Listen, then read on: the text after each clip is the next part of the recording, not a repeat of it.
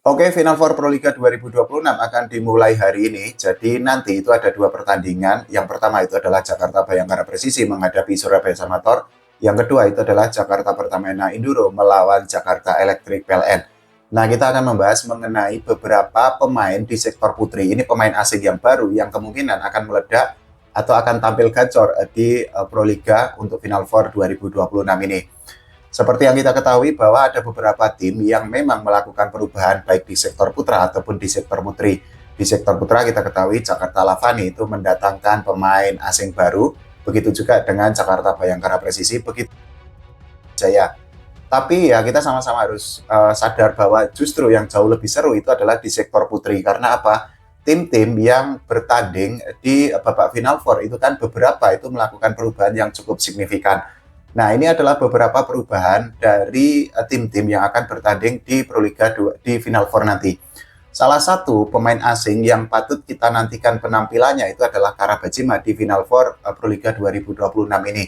Jadi seperti yang kita ketahui bahwa Karabajima itu kan memang sudah hengkang atau sudah cabut dari Gusti P untuk membela Jakarta Electric PLN. Kita ketahui bahwa Karabajima itu kan bukan nama baru, bukan nama yang asing di voli Indonesia, khususnya di Proliga, karena dirinya itu kan sempat berduet atau bertandem dengan Megawati Angesti Pertiwi di Jakarta BIN. Nah, kita akan membedah bagaimana sih sebenarnya statistik yang dicatatkan oleh Karabajima ketika dirinya itu bermain di Liga Turki. Nah, ini adalah statistik yang didapatkan oleh Karabajima sepanjang musim kemarin ya teman-teman. Jadi ini datanya resmi dari situs resmi Sultan Larlik. Dari sini kita bisa melihat bahwa Karabajima itu mendapatkan 306 poin, kemudian sebagian diantaranya atau 225 diantaranya itu kan berasal dari spike. 66 poin lainnya berasal dari blok dan 15 poin lainnya itu berasal dari segi serve. Untuk receptionnya itu yang perfect itu adalah 62. Tapi ada catatan yang sangat oke yang ditunjukkan oleh Karabajima selama dirinya kemarin membela Gusti P. Jadi ternyata Karabajima itu berhasil menjadi best blocker dengan 66 poin. Itu artinya untuk poin per setnya itu adalah 0,84. Nah, pertanyaannya, apakah nanti Karabajima itu bisa gacor bersama Jakarta Electric PLN atau tidak? Nah, ini menjadi sebuah pertanyaan yang sangat penting karena memang Karabajima itu kan pernah merasakan atmosfer Proliga, tapi sekali lagi belum tentu pemain yang pernah merasakan ketatnya Proliga kemudian bisa akan otomatis gacor ya. Nanti butuh chemistry, butuh adaptasi dan lain sebagainya. Nah, kita bandingkan bagaimana statistik antara Karabajima dengan Malwina Smarzek. Kita ketahui ini kan juga dua-duanya itu kan berasal dari Turki. Bedanya adalah kalau Karabajima itu membela Gusti P, sementara untuk Malwina Smarzek itu membela Kuzeyboru. Nah, Malwina sendiri itu akan membela Jakarta Pop Sivopolban untuk menggantikan Betania de la Cruz. Nah, ini adalah statistik yang didapatkan oleh Malwina ketika kemarin dirinya itu bermain bersama Kuzeyboru. Jadi poin total yang didapatkan oleh Malwina itu adalah 387 poin. Nah, 351 diantaranya itu berasal dari segi spike. 27 poin lainnya itu didapatkan atau disumbangkan oleh Malwina dari blok, sedangkan 9 poin lainnya itu didonasikan oleh Malwina Smarzek dari segi serve. Untuk perfect reception-nya sendiri itu adalah 0.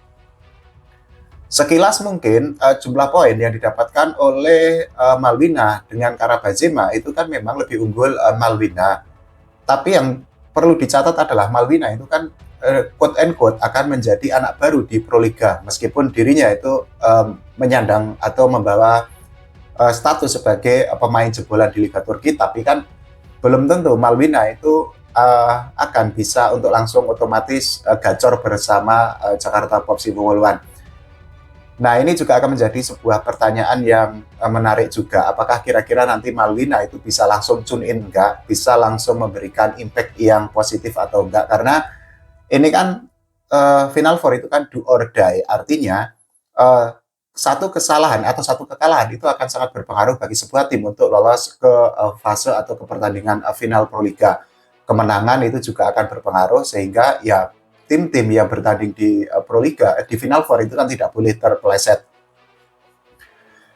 Nah, kita bergeser ke pemain asing yang memang pernah merasakan juga bermain di Proliga. Jadi kita ketahui bahwa Irina Voronkova itu membela Jakarta Pertamina Enduro. Nah, ini mungkin menjadi sebuah pertanyaan kenapa manajemen Jakarta Pertamina Enduro itu mengganti Yana Sirban dan bukan Wilma Salas.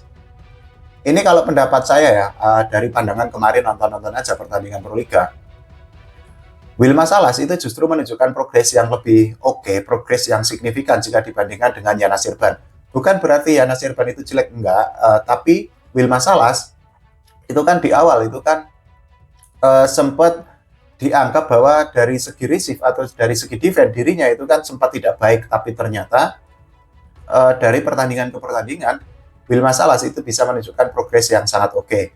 Bahkan ya mungkin ini menjadi salah satu pertimbangan dari manajemen Jakarta Pertamina Enduro sehingga memilih untuk mempertahankan Wilma Salas jika dibandingkan dengan Yana Sirban. Nah, balik lagi ke Irina Voronkova, kita ketahui bahwa kemarin dirinya itu kan membawa timnya itu menjadi juara di Liga Cina. Bahkan ini juga yang sangat oke karena Irina Voronkova itu langsung meninggalkan Cina untuk terbang ke Indonesia untuk bergabung dengan Jakarta Pertamina Enduro. Pertanyaannya, apakah nanti dirinya itu bisa langsung bermain atau tidak? Ya, kita akan nantikan. Karena mungkin agak terlalu riskan ketika Irina Voronkova itu langsung bermain membela Jakarta Pertamina Enduro menghadapi Jakarta Electric nanti, karena otomatis dirinya itu kan harus memforsir tenaga dalam penerbangan dari Cina ke Indonesia. Yang tidak kalah penting juga sebenarnya gini, bergabungnya Irina Voronkova itu menambah panjang tongkat estafet pemain Rusia di Jakarta Pertamina Enduro. Karena apa? Sebelum Yana Sirban dan juga dilanjutkan dengan Irina Voronkova, ada pemain dari Rusia yaitu Elena Samoilenko yang juga membela Jakarta Pertamina Enduro. Itu artinya tradisi atau kultur Jakarta Pertamina Enduro itu kan memang lekat dengan pemain Rusia. Apakah nanti Irina Voronkova itu bisa untuk langsung tune in bersama Megawati Hangesti Pertiwi, kemudian Tisha Amalia dan kawan-kawan? Ini menjadi sebuah hal yang perlu kita tunggu. Tapi yang pasti bahwa Irina Voronkova itu kan memang sudah cukup familiar lah ya dengan Proliga, karena dirinya itu kan pernah bermain di Proliga. Yang tidak kalah penting juga adalah dirinya itu kan datang ke Indonesia dengan modal yang sangat mentereng karena kemarin itu menjadi juara di Liga Cina. Ya, tapi nanti Irina Voronkova itu kan tetap harus menemukan chemistry, harus menemukan kekompakan dengan para pemain lainnya, terutama dengan Tisha Amalia, karena setter dengan hitter itu kan dua sisi mata uang atau dua hal yang tidak bisa dipisahkan. Setter tentu akan setter harus melayani hitter, kemudian hitter itu juga akan menunggu bagaimana service excellent atau service yang maksimal yang dilepaskan oleh setter. Tapi yang pasti sekali lagi untuk sektor putri itu kan memang seru tuh, karena ya persaingannya itu kan memang sangat ketat. Sementara untuk sektor putra ya teman-teman tahu persaingannya itu kan memang seperti itu. Kalau menurut teman-teman semua, bagaimana kira-kira dengan bergabungnya Malwina, kemudian Karabajema, kemudian juga Irina Voronkova dan juga para pemain di sektor putra di Final Four Proliga 2026 ini? Silahkan tulis di kolom komentar.